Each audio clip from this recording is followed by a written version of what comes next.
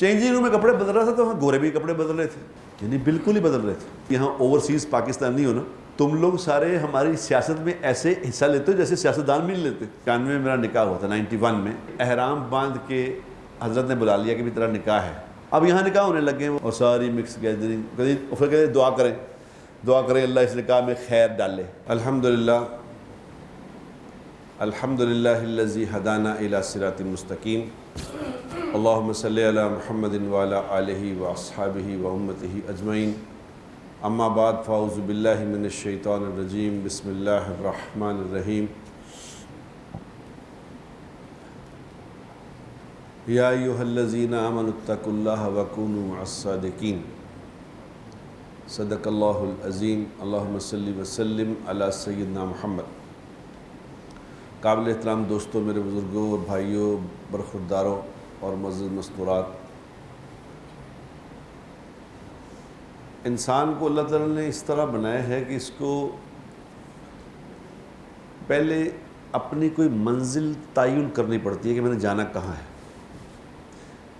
جہاں کوئی منزل، کوئی گول، کوئی ٹارگٹ طے کر کے پھر اس پہ سفر شروع کرتا ہے کہ میں نے یہ اچیو کرنا ہے، میں یہ حاصل کرنا چاہتا ہوں، میں وہاں جانا چاہتا ہوں، یہ میری منزل ہے، پھر سفر طے کرے گا نا اس کا۔ یہاں سے آدمی کراچی جانا ہے تو کراچی جانے کا ایک ٹارگٹ ہے، کراچی پہنچنا ہے، اس کے لیے کیا طریقہ اختیار کیا جائے، جہاز میں جائیں، ٹرین میں جائیں، بائی روڈ جائیں، پھر آگے طے کرے گا کرنا کیسے ہے۔ میں نے انجینئر بننا ہے تو انجینئر بننے کے لیے مجھے کیا کیا چیزیں کرنی پڑیں گی، پھر اس کا انجینئر بننا پہلے طے کرے گا، پھر اس کی منزلیں کیا کرنا ہے یہ بعد میں طے ہوگا۔ اگر انسان کے سامنے کوئی ٹارگٹ ہی نہ ہو کہ میں نے کرنا کیا ہے، بیٹھ جائیں وہی جہاں پیچھے بیٹھ جائیں، بھائی پیچھے بیٹھ جائیں۔ اگر کوئی منزل نہ ہو، کوئی ٹارگٹ نہ ہو سامنے، تو کبھی بھی اس کا سفر صحیح نہیں ہو سکتا۔ ہم دنیا میں کیا کرنے آئے ہیں، ہم نے کرنا کیا ہے، یہاں جانا کیا ہے، کہاں ہے، کیا منزل ہے ہماری، جب تک یہی طے نہیں ہے تو اگلے سارے کام ٹھیک کیسے ہوں گے، آپ خود سوچیں۔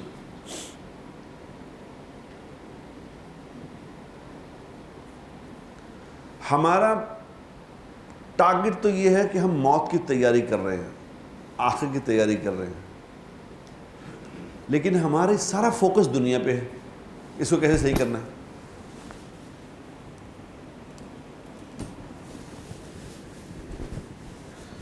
آپ خود بتائیں کہ جب سارا سسٹم ہی غلط ہے تو کیسے اس کا پتہ چلے گا کہ کرنا کیا ہے ہم نے۔ یہ سب سے ضروری بات ہے، سب سے ضروری اہم بات ہے کہ مجھے پتہ ہو کہ میں نے جانا کہاں ہے۔ سارا قرآن اسی بات سے بھرا پڑا ہے کہ تمہاری منزل کہاں ہے، تم نے یہاں رہنا نہیں ہے، تم نے جانا ہے۔ بار بار قرآن میں آیا۔ قرآن کی ہماری سب سے بڑی پرابلم یہ ہے کہ قرآن تو پڑھا کوئی نہیں ہم نے۔ بہت معاشرے میں چند لوگ ہوں گے جنہوں نے قرآن کو سمجھ کے پڑھا ایک دفعہ زندگی میں کہ کیا کہہ رہے ہیں، بہت تھوڑے لوگ ہوں گے۔ جنہوں نے پڑھا بھی ہے، انہوں نے پڑھا بھی ایسے ہے کہ بس پڑھ لیا جی۔ بھئی یہ جو پیچھے بعد میں لوگ آئیں، اوپر چڑھ کے نہ آیا کرو یار پلیز، یہ کراس نہ کیا کرو، جہاں آئے وہیں بیٹھ جاؤ، یا تو پہلے آ جایا کرو یا پھر وہیں بیٹھ جایا کرو۔ اور ایک دوسرے کے اوپر پھلانگنا یہ بہت بڑا گناہ ہے، چھوٹا نہیں گناہ، یہ بہت بڑا گناہ ہے، اعمال کھاتا سارے۔ تو میرے دوستوں، میرے بھائیوں، میری بہنوں، ہم جانے والے ہیں دنیا سے، ہم نے آگے جانا ہے، یہ ہماری منزل نہیں ہے، ہم نے آگے جانا ہے۔ اس کی تیاری کے لیے ہم یہاں پہ آئے ہوئے ہیں۔ ہمارا یہاں اور کوئی کام نہیں، دنیا ہم نہیں بنا سکتے، دنیا اپنی مرضی سے ہم دنیا نہیں بنا سکتے، ہمارے بس کی یہ بات نہیں ہے۔ یہ سب مقدر کی چیز ہے، اللہ نے طے کیا ہوا ہے کہ یہ تمہارے مقدر میں اتنا ہی ہے، اتنا ہی ملنا ہے۔ جتنی مرضی تم استادی کر لو، جو مرضی تیاری کر لو اور جو مرضی کرو، ایک دوسرے کو دیکھ کے اپنی زندگی کو بدلنے کی کوشش نہ کرو۔ ایویں دوسرے کا منہ لال دیکھ کے اپنا تھپڑ مار کے لال نہ کرو. یہ اللہ کی بانٹ ہے. اب اللہ کی بانٹ کیوں ہے, اللہ نے اس کو کیوں دیا ہوا زیادہ, مجھے کم کیوں دیا ہوا ہے, یہ اللہ ہی جانتا ہے. اس کا کسی سے کوئی تعلق نہیں اس بات کا. آپ پوچھ سکتے ہیں اللہ سے کہ اس کو کیوں زیادہ کیوں دیے پیسے, مجھے کم کیوں دیے. یہ تندرست نہیں ہے, میں تندرست ہوں, میں بیمار ہوں, یہ بالکل ٹھیک ٹھاک پھر رہا ہے, میرے گھٹنے میں درد ہوئی جا رہی ہے, جو اتنے موٹے موٹے ہیں وہ ٹھیک چل رہے ہیں. کیا کہہ سکتے ہیں؟ نہیں, اللہ ہی ہے, اللہ ہی اللہ. ہم نہیں پوچھ سکتے اللہ کو. دنیا میں کسی کو نہیں پوچھ سکتے. چھوٹے چھوٹے سے آدمی کو, کسی باس کو پوچھ سکتے ہیں کہ جی آپ یہ میرا کام کیوں نہیں کر رہے. کل مجھے ایک یہاں ملے پرسوں چوتھ, ایک اینکر میں آیا تھا, تو ایک وہ ہیں اینکر, بہت مشہور آدمی ہے, بہت مشہور آدمی ہے, میں نام اس کا نہیں لیتا. تو مجھے کہنے لگے کہ کسی جگہ دوپہر کو کھانا تھا, تو وہاں کہنے لگے کہ یار اچھا حضرت صاحب ایک بات بتائیں کہ یہ ہمارے حالات جو ہیں یہ خراب ہی کیوں ہوتے جا رہے ہیں, کیا وجہ اس کی. تو میں نے اسے کہا, میں کہ جی آپ ہیں اینالسٹ, تو آپ ہیں, آپ تو ٹی وی پہ بیٹھ کے پورا انالیسس کر رہے ہوتے ہیں کہ یہ پارٹی آ جائے گی تو یہ ہو جائے گا, یہ چلے جائے گا, تو سارا کچھ تو آپ بتا رہے ہوتے ہیں, تو آپ مجھ سے کیوں پوچھ رہے ہیں, آپ بتائیں. انہوں نے کہا نہیں وہ تو ہم ایسی باتیں کر رہے ہوتے ہیں, لیکن آپ مجھے دین کی, قرآن کی, حدیث کی روح سے بتائیں کہ کیا مسئلہ ہے. تو میں نے کہا, میں نے اگر بتایا تو آپ نے ماننا کوئی نہیں. اس نے کہا نہیں ماننا ہے, بتا دیں. میں کہا صحیح بات, مان لیں گے, کہتے مان لیں گے.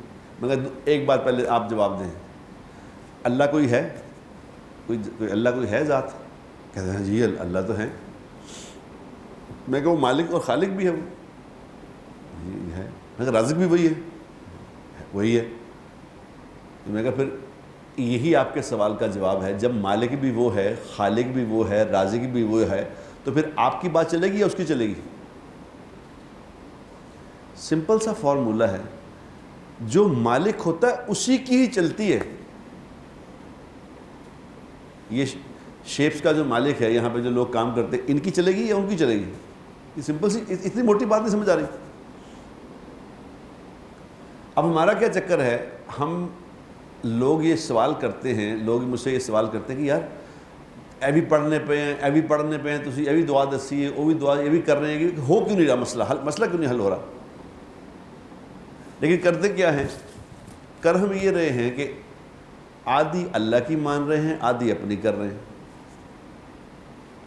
تو میں نے اسے کہا, میں کہا بھائی جان آپ یہ بتائیں کہ اگر اللہ مالک اور خالق ہے تو کیا ہم اللہ کی مان رہے ہیں. سر ایک بات بتا دو, کیا مان رہے ہیں ہم اللہ کی. وہ کہتے ہیں کچھ نہ کچھ تو ماننے پہ.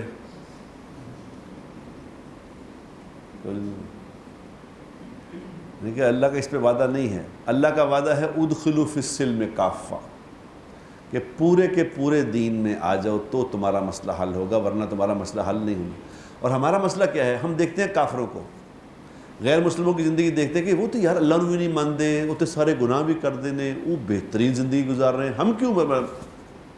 ان کی دیکھو جناب, امریکہ کی سڑکیں دیکھو, کینیڈا کی سڑکیں دیکھو, ان کے دیکھو, ان کا یہ دیکھو, ان کا یہ ہو گیا. اور ہم تو کچھ نہ کچھ تو مانتے ہیں اللہ کو, کچھ نہ کچھ تو اللہ کی مانتے ہیں. یہاں بات پھنسی ہوئی ہے. میں نے ان سے گزارش کی کہ بھائی ایسا نہیں ہونا. ہمارے ساتھ اللہ کا وعدہ ہے کہ ہم دنیا میں تمہیں سب سے اوپر رکھیں گے. اللہ کا وعدہ قرآن میں, تمہیں سب سے اوپر رکھیں گے. کب؟ اگر تم مومن ہوئے تو. ہماری ماننے والے ہوئے تو سب سے اوپر تم ہو گئے, اور اگر تم ہماری ماننے والے نہ ہوئے تو دنیا میں بھی سب سے نیچے ہو گئے, آخرت میں بھی سب سے نیچے ہو گئے. یاد رکھنا, سب سے زیادہ ذلیل تمہیں کروں گا آخرت کو, کہ تمہیں دنیا کی سب سے بڑی دولت سے نوازا ہے. خدا کی قسم, ہمارے پاس جو اللہ نے کلمہ ہمیں عطا فرمایا ہے, یہ ساری کائنات کی سب سے بڑی نعمت ہے. اس سے بڑی کوئی نعمت نہیں. ہمیں اللہ نے ایک زندگی عطا فرمائی ہے, ایک شعور عطا فرمایا ہے, ایک سمجھ عطا فرمائی ہے, ہمیں جائز ناجائز بتایا ہے, ہمیں پاکی ناپاکی بتائی ہے. ابھی میں وہاں پہ انگلینڈ میں تھا, تو مجھے وہاں بارشیں برشیں ہوتی ہیں نا, تو میں واک کرتا تھا باہر, تو مجھے ایک وہاں ساتھی نے کہا, انہوں نے کہا جی آپ کو جم میں لے جاتے ہیں. آپ آج باہر موسم ٹھیک نہیں ہے تو جم میں آپ نے واک کرنی ہے. میں کہا یار مجھے ڈاکٹر نے کہا ہے میرا پرابلم ہے تو میں واک کرنی ہوتی ہے. تو میں کہا جم ہے جو جم چلے جاتے ہیں. اب میں جم گیا تو جہاں وہاں کپڑے شپڑے بدلتے ہیں نا جو لوگ جہاں کپڑے چینج کر رہے ہوتے ہیں چینجنگ روم میں کپڑے بدل رہا تھا تو وہاں گورے بھی کپڑے بدل رہے تھے, گورے بندے بھی, تو وہ کپڑے بدل ہی رہے تھے بالکل, یعنی بالکل ہی بدل رہے تھے. میں نے زندگی میں پہلی دفعہ یہ تماشا دیکھا کہ یہ کیا ہوا, یہ بالکل مادر پدر بالکل آزاد ہو گئے, اور ان کو کوئی پرابلم بھی نہیں تھی کہ بھی ہوتا ہے نا بندہ شرم آ جاتی ہے کہ بھی میں نے کپڑے اتارے ہیں, ان کو نارمل بالکل جس طرح ہم باتیں کر رہے ہیں اسی طرح وہ اپنا باتیں بھی کر رہے ہیں, اسی طرح کر رہے ہیں, وہ کپڑے بھی بدل رہے ہیں. تو میں نے ان کو یہ کرتا دیکھ کے میں نے آسمان پہ دیکھ کے کہا, میں کہ یا اللہ تیرا شکر ہے میں مسلمان ہوں, مجھے پتہ کہ حیا کیا چیز ہے, شرم کیا ہوتی ہے, ننگا پن کیا ہے, لباس کیا چیز ہے, پاک کون ہوتا ہے ناپاک کون ہوتا ہے, یہ تو میرے پاس ہے, ان کو یہ تو بیچارے پتہ ہی نہیں, ان کو ہم ان کو فالو کرنا چاہتے ہیں, ہم تو ان کو دیکھ رہے ہیں, تو بالکل جانور ہے. جو سڑک پہ ننگا ہو جائے اس میں اور جانور میں فرق کیا ہے؟ جانور میں انسان میں کیا فرق ہے؟ پابندیوں کا فرق ہے نا. لباس ہم نے پہنا, کوئی کتا لباس پہنتا ہے, کوئی بندر سوٹ پہن کے آیا, یہ تو انسان کا مسئلہ ہے. یہ لباس, یہ حیا, یہ پاکیزگی, یہ تو انسان ہے. اگر اس کے اندر یہ نہیں ہے تو پھر یہ بھی جانور ہے. اللہ نے تو ہمیں ایک خوبصورت زندگی دی ہے, اس زندگی کے بعد بھی ہم اللہ کی نہیں مان رہے, تو کیا خیال ہے تمہارا کہ ہمارا کام بن جائے گا؟ ایسا نہیں ہونا. اور ہمارا فوکس تو سارا یہ ہے کہ دنیا کیسے بن جائے گی, ایسا نہیں ہونا. یہ نہ دنیا بنے گی نہ آخرت بنے گی, یاد رکھنا. یہ جو آدھے تیتر آدھے بٹیر ہیں نا, اس طرح نہیں معاملہ چلنا. ہم اس پہ خوش ہیں کہ میں تو نماز بھی پڑھنا ہو, یہ کرنا ہے وہ کرنا ہے, اس طرح نہیں ہونا مسئلہ. کہ باقی سب مسلمان اور جھوٹ بول رہا ہے اور سمجھتا ہے کہ میں کامیاب ہو جاؤں گا, یہ کیسے ہو سکتا ہے؟ جھوٹ بولنے والا دنیا میں عزت پا جائے گا, یہ نہیں ہو سکتا. فراڈ کرنے والا دنیا میں کامیاب ہو جائے گا, ایسا نہیں ہونا, یہ نہیں ہو سکتا. آج بھی میں وہاں ابھی میں باہر امریکہ گیا ہوا تھا, تو امریکہ میں نے دیکھا کہ زندگی لوگوں کی ایسی. تو میں نے ان لوگوں سے کہا, میں کہ یار تمہارے یہاں پہ حالات ایسے ہیں کہ یہاں تو بڑا مشکل ہے, کیسے تم اپنی اولادوں کو بچاؤ گے, یہاں کیا کرو گے؟ تو ایک آدمی مجھے عجیب ملا وہاں, اس نے کہا بھٹ صاحب ایسی کوئی بات نہیں, آپ جہاں بھی رہیں اللہ تبارک و تعالیٰ آپ کی حفاظت کرے گا, بشرطے کہ آپ کی زندگی وہ ہو جس پہ جو کہی گئی ہے. میں نے کہا جی کیا مطلب؟ اس نے کہا میں آپ کے سامنے مثال ہوں خود. انہوں نے کہا میں خود مثال ہوں آپ کے سامنے. میں نے کہا جی آپ کیا مثال ہیں؟ انہوں نے کہا جی 1991 میں میری شادی ہوئی تھی, 91 میں میرا نکاح ہوا تھا, 91 میں میرا نکاح ہوا تھا. انہوں نے کہا نکاح کہاں ہوا تھا؟ اس نے کہا میرا رشتہ طے ہو گیا تھا, میں حج پہ گیا ہوا تھا, تو حج پہ سارے بزرگ آئے ہوئے تھے حج اس سال. تو میں نے اپنے بزرگ سے کہا, میں کہا جی میرے سسر بھی آئے ہوئے ہیں حج پہ, تو ان سے درخواست کر دیں میری طرف سے کہ میرا نکاح یہاں پڑھا دیں. تو انہوں نے درخواست کر دی, کہتے ہیں انہوں نے مان لی کہ ٹھیک ہے یہاں اس سے ایسی کون سی جگہ ہو سکتی بنانا ہے. تو حضرت جی رحمۃ اللہ علیہ کہنے آئے ہوئے تھے اس ہندوستان سے, تو انہوں نے کہا بھی ٹھیک ہے تیرا نکاح پڑھائیں گے, جس دن احرام باندھ کے جائیں گے نا مینا کی طرف, تو احرام باندھ کے تیرا نکاح پڑھائیں گے.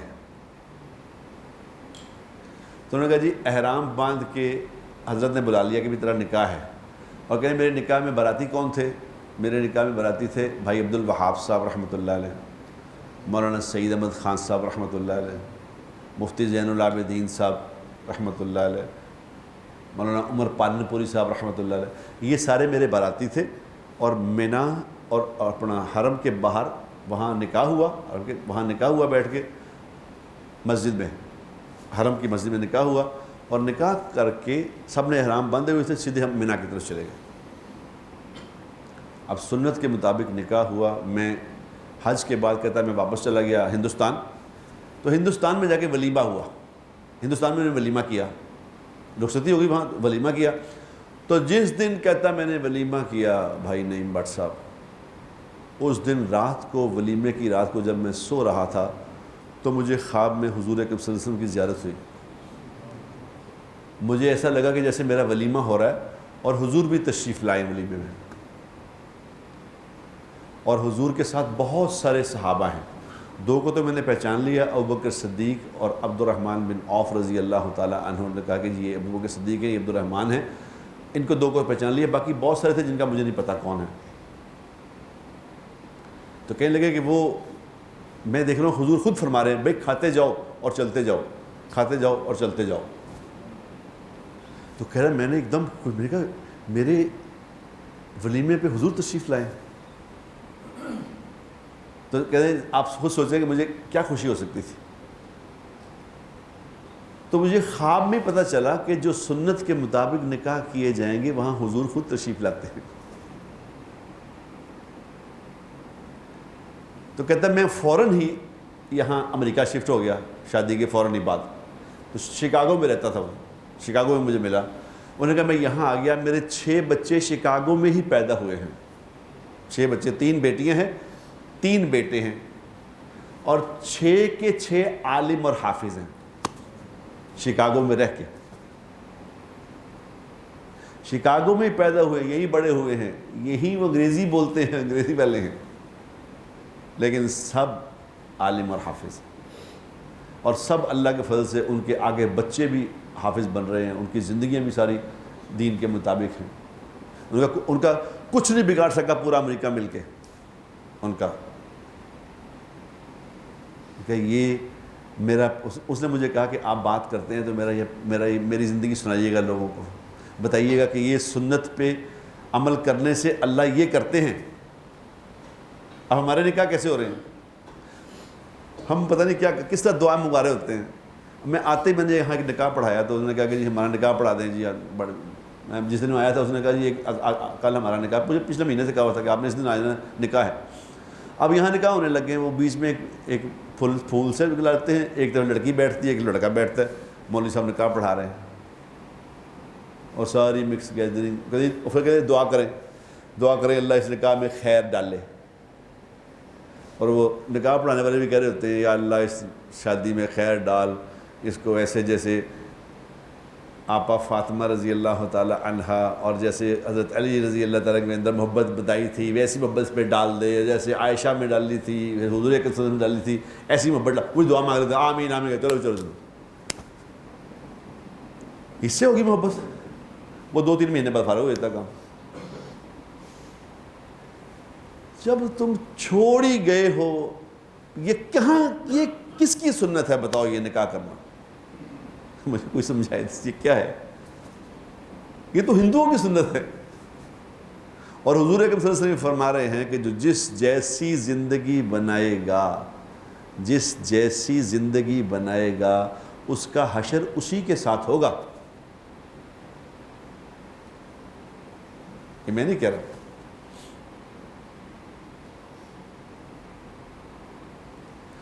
ہماری مثال وہ ہے, ہم چاہتے ہیں زندگی چاہتے ہیں ہم فرعون والی گزاریں, اور فیسلٹیز اور مراعات چاہتے ہیں موسیٰ علیہ السلام والی. ایسے نہیں ہونا. جیسی زندگی گزارو گے وہی نتیجہ نکلے گا. جاؤ دنیا پھر کے دیکھ لو کیا ہو رہا ہے, پوری دنیا پھر کے دیکھ لو, سارے کا سارا پوری دنیا میں. ابھی میں ٹورانٹو میں بیان کر رہا تھا, میں نے کہا کہ تمہارا کیا مسئلہ ہے یہاں پہ, صرف کس لیے آئے ہو یہاں؟ کہ جی روٹی, اور روٹی کھا رہے ہیں وہاں بھی. میں یا تو ہو نا, آپ مجھے بتائیں کہ میرے پاس 2 جیٹ ہیں, کیا ہے آپ کے پاس؟ روٹی. تو روٹی تو وہاں بھی تھی.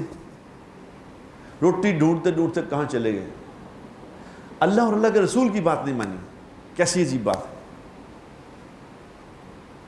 اللہ کے نبی نے جو روٹی حاصل کرنے کا طریقہ بتایا تھا وہ کرنے کو تیار نہیں, بس وہ نہیں سن رہے بات. ہم نماز کو کچھ سمجھ نہیں رہے. نماز کیا چیز ہے؟ جسے بات کر کے دیکھو کہتا ہوں بس نماز لیجیے. وہ مجھے ایک بندہ ابھی کہنے لگا کہ میں آپ کو سچ کہتا ہوں, میں جھوٹ بولتا ہوں مگر تھوڑا جھوٹ بولتا ہوں, زیادہ نہیں بولتا. تھوڑا سا جھوٹ بولتا ہوں لیکن زیادہ جھوٹ نہیں بولتا. میں آپ کو صحیح بتا رہا ہوں. اور نماز کے اندر نماز نہیں پڑھتا. نماز نہیں پڑھتا لیکن میں جھوٹ نہیں بولتا، تو آپ کا کیا خیال ہے؟ بھئی میں کیا کہوں؟ وہ نماز تو بیسک پروگرام ہے، ہم اس کو سمجھتے کچھ نہیں کہ نماز کیا چیز ہے۔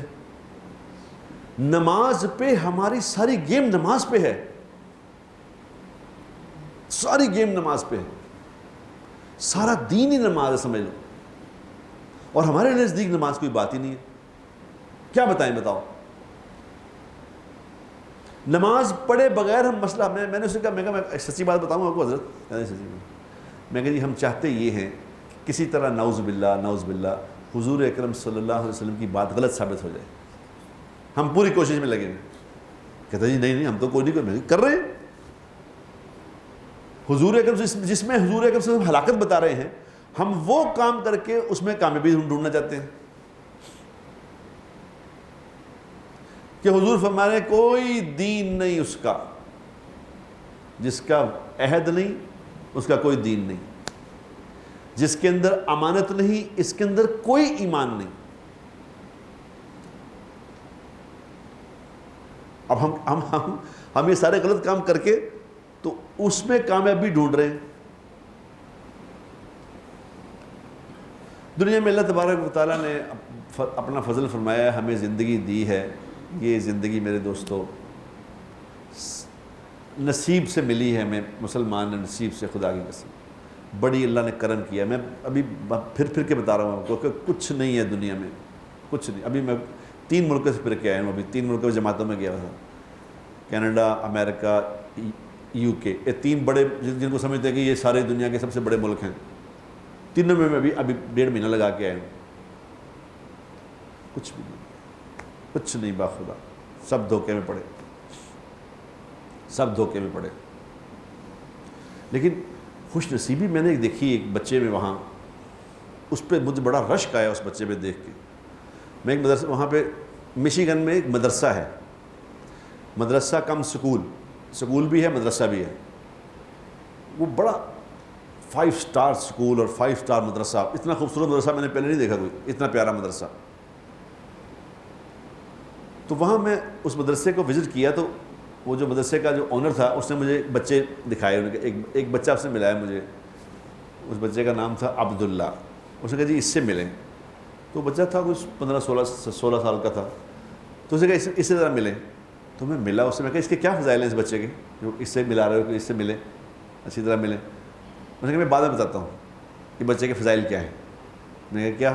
اور جب اسے مل کے آ گئے تو اس نے بتایا کہ اس نے کہا یہ بچہ، اس کے ماں باپ، دونوں ماں باپ گورے تھے، امریکن تھے۔ جب یہ بچہ پیدا ہونے والا تھا تو باپ نے بچہ ڈس اون کر دیا، اس نے کہا یہ میرا بچہ نہیں ہے، وہ بیوی کو چھوڑ کے چلا گیا۔ جب یہ بچہ پیدا ہوا تو اس کی ماں اس بچے کو، وہ بچوں کا جو ہوتا ہے نا کیا چلڈرن جہاں وہ رکھ لیتے ہیں، وہ وہاں چھوڑ گئی کہ میں نے نہیں رکھنا اس کو۔ باپ پہلے چلا گیا، ماں بچہ چھوڑ گئی وہاں۔ اب کہتے ہیں پاکستان کے ایک میاں بیوی تھے جن کے گھر بچہ پیدا نہیں ہو رہا تھا، وہ وہاں پیدا ڈھونڈنے گئے بچہ، تو انہوں نے کہا جی یہ بچہ اڈاپٹ کرنا آپ نے، تو انہوں نے بچہ یہ اڈاپٹ کر لیا، پاکستانی ماں باپ نے۔ یہ بچہ اڈاپٹ کر کے اس بچے کی پرورش شروع کی، تو یہ بچہ ماشاءاللہ حافظ بن چکا ہے، عالم بن رہا ہے۔ میں نے کہا کیا نصیب لے کے پیدا ہوا یہ بچہ، کہاں ماں باپ اس کے، اور کہاں سے وہ پیدا ہوا اور کہاں پہنچا، اور کہاں اللہ نے۔ میں نے کہا یار صحیح، دوبارہ ملاؤ اس بچے سے، یہ تو واقعی اللہ کی قدرت ہے یہ بچہ۔ اللہ جب فضل فرمانے پہ آئیں تو اللہ کو کون پوچھ سکتا ہے؟ ایسے فضل کر دیا کہ اس بچے کی میرے پاس تصویریں ہیں، نورانی بچہ، نورانی، اور ایک وہاں رہ رہا ہے، امریکہ میں رہ رہا ہے، عالم بن رہا ہے، اور لوگ کر رہے ہیں، جنہوں نے کرنا ہے کام وہاں بھی کر رہے ہیں، وہاں بھی زندگیاں لوگ دین پہ گزار رہے ہیں، یقین کریں۔ وہاں بھی یہ جو لڑکے جو مشیگن اسٹیٹ میں یونیورسٹی یہ چلا رہے ہیں مدرسہ، ان کے والد صاحب ڈاکٹر ہیں، اور 4 بھائی تھے، ایک بھائی کا انتقال ہو گیا، تینوں ہی مفتی بھی ہیں، عالم بھی ہیں، اور تینوں بڑے بڑے مدرسے چلا رہے ہیں۔ اور ایسی محنت کر رہے ہیں کہ ان کے علاقے میں جہاں ان کا مدرسہ ہے، جو سکول ہے، کالج ہے، اس کے گرد گرد سارے مسلمانوں کے گھر لینے شروع کر دیے. وہاں پراپرٹی مہنگی ہو گئی ہے کہ مسلمانوں کے گھر وہاں آ گئے، سب ایک ماحول بن گیا وہاں. اور ایسا زبردست ماحول ہے، یقین کریں. میں نے جب ان کے مدرسے میں گیا تو جب وہاں سے نکلا تو دیکھا باہر لڑکیاں برقعے والی، پردے پورے عبائے پہنے میں بچیاں پھر رہی ہیں، بچے. میں کہا یار یہ ایسا زبردست ماحول تو دل کر رہا ہے میں ہی یہاں آ جاؤں. اور بچے، چھوٹے چھوٹے بچے ٹوپیاں پہنی ہوئی اسی مشیگن میں. انہوں نے کہا نہیں بھائی، ہم نے یہاں فضا بنا لی ہے، ایک فضا بنائی ہے. یہ امریکہ کے اندر ایک ایسی فضا ہے جہاں اللہ تبارک و تعالیٰ نے ہمیں یہ عطا فرما دیا. محنت کر رہے ہیں.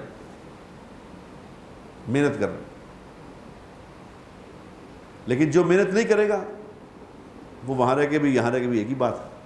ایک جگہ میں وہاں بیان کرنے کے لیے گیا تو انہوں نے کہا جی یہاں ذرا دھیان سے بات کرنا آپ. میں کہا جی کیا؟ انہوں نے کہا جی یہاں سارے پی ٹی آئی والے ہیں. یہ کیا ہوا؟ پی ٹی آئی کیا مطلب؟ انہوں نے کہا جی نہیں یہ بڑے. تو میں نے ان سے بات کی. میں نے کہا یار میری بات سنو، تم لوگ جو یہاں اوورسیز پاکستانی ہو نا، اوورسیز پاکستانی، تم لوگ سارے ہماری سیاست میں ایسے حصہ لیتے ہو جیسے سیاستدان بھی نہیں لیتے. یہاں تم کیا، نہ تمہارا تم ووٹ ڈالنے جاتے ہو، نہ تم وہاں، تم ایسے لڑ مر رہے ہو بلا وجہ. وہاں بھی لڑ رہے. وہ مجھے انہوں نے کہا جی ہم نے یہاں پہ وہ بنایا تھا، کیا کہتے ہیں، 14 اگست منا رہے تھے تو یہ جھنڈے لے کے آ گئے کہ ہم نے یہ منگا لیا. ہم نے کہا نہیں ہم 14 اگست منا رہے ہیں، یہ جھنڈے لے کے آ گئے. یہ لڑائی شروع ہو گئی. اور میرے بھائیوں، میں آپ کو اس میں بتاؤں، خدا کے لیے ہم چھوٹے سے تھے نا، چھوٹے سے تو یہ مثال سنا کرتے تھے. پنجابی کی مثال ہے، کلا کلندر وسے تے کڑیوں پانی نسے. کیا مطلب ہے اس کا؟ کہ جس گھر میں لڑائی ہوتی ہے نا، جس گھر میں لڑائی ہوتی ہے اس گھر سے رزق اٹھ جاتا ہے. یہ بچپن کی مثال تھی. لڑائی والے گھر سے رزق اٹھ جاتا ہے. ہماری ساری قوم اس بات پہ لڑ پڑی ایک دوسرے سے. میں ہاتھ جوڑ کے کہتا ہوں اب چھوڑ دیں اس بات کو. سیاست پہ نہ لڑیں کسی سے، سیاست پہ کسی سے نہ لڑیں خدا کے لیے. نہ دل میں نفرتیں پیدا کریں، کیونکہ ان نفرتوں نے اس ملک سے رزق اڑا دیا ہے. یہ جو آپ کہہ رہے ہیں نا حالات بنے، یہ نفرتیں ہیں، دل میں نفرتیں بڑی ہیں. جن کے دل میں نفرتیں ہوتی ہیں اللہ کی مدد ان سے اٹھ جایا کرتی ہے. اور نہ لینا نہ دینا، بالکل کوئی بات ہی نہیں. جن لیڈروں کے لڑ کے ایک گھروں میں 2 گھر کر رہے ہیں، ان کو بیچاروں کو پتہ نہیں کہ آپ کون ہیں. جب کوئی بات کرتا ہوں کہ تو فوراً میں وہاں بات کر رہا تھا تو انہوں نے مجھے کہا کہ وہ اپنا بٹ صاحب ذرا دھیان نہ گل کرنا ہے، نون لیگ والا ہے جی. یہ کیا کر رہے ہو یار، نون لیگ کیا ہوا؟ وہ نے کہا جی پی ٹی آئی والا. کتنے دکھ کی بات ہے خدا کی قسم، کتنے دکھ کی یہ بات ہے کہ نون لیگ پی ٹی آئی کے چکر میں دل پھٹ گئے. اور میں پورے یقین سے آپ کو یہ بات کہہ رہا ہوں، پورے یقین سے بات کر رہا ہوں، جس قوم کے دل آپس میں پھٹ جاتے ہیں خدائے پاک کی قسم اللہ کی مدد ان سے اٹھ جاتی ہے. یاد رکھنا، اللہ کی مدد آتی ہے دل جڑے ہوئے پہ، دل کے جڑے ہوئے. اور ہم بلا وجہ لڑ پڑے. صحابہ میں لڑائیاں ہوتی تھیں تو اللہ تبارک و تعالیٰ نے ان کو دین پہ جمع کیا اور ساتھ قرآن میں یہ کہا کہ بتاؤ، تم لوگ یہ بتاؤ کہ تمہارے دل آپس میں پھٹے ہوئے تھے، تمہارے دلوں کو کس نے جوڑ دیا ہے؟ اللہ جوڑتا ہے دلوں کو، دین جوڑتا ہے، دین. اگر دین پہ نہیں چلیں گے تو دل پھٹ جائیں گے. تو میں نے ان سے کہا بھی، باہر امریکہ میں نے لوگوں سے کہا، میں کہا اپنے ایمان سے بتاؤ تمہارا کیا تعلق ہے سیاست سے، بتاؤ کوئی ریزن بتاؤ مجھے. خام خواہ لڑ رہے ہو آپس میں، یہاں بھی لڑ رہے ہو وہاں بھی لڑ رہے ہو. اور اچھی بھلی لڑائی ہوگی وہاں، اچھی بھلی لڑائی مارکوٹائی شروع ہوگی. کس بات پہ؟ PTI Noon League. ہمارے کرنے کے کام اور تھے، ہم اور کر رہے ہیں. ہمیں کہیں جانا اور ہے، تیاری کسی اور چیز کی کر رہے ہیں. بابا موت آنے والی ہے. میں ابھی آیا ہوں تو مجھے میرے سامنے 2 میرے قریبی دوست انتقال بھی کر چکے ہیں. اور ایک تو 48 سال کا تھا، 48. اور ابھی میں نے ندیم صاحب کو بتایا تو انہوں نے کہا ہاں وہ ہمارے سے کرکٹ کھیلتے تھے، سپر فٹ آدمی تھے. 48 سال کا، ایسے طرح سے بخار چڑھا، 5-6 دن میں انہوں کا ڈینگی ہو گیا، مر گئے. اور بے پناہ پیسہ ان کا، بے پناہ پیسہ، ادھر ہی پڑے پیسے پوسے وہ چلے بھی گئے.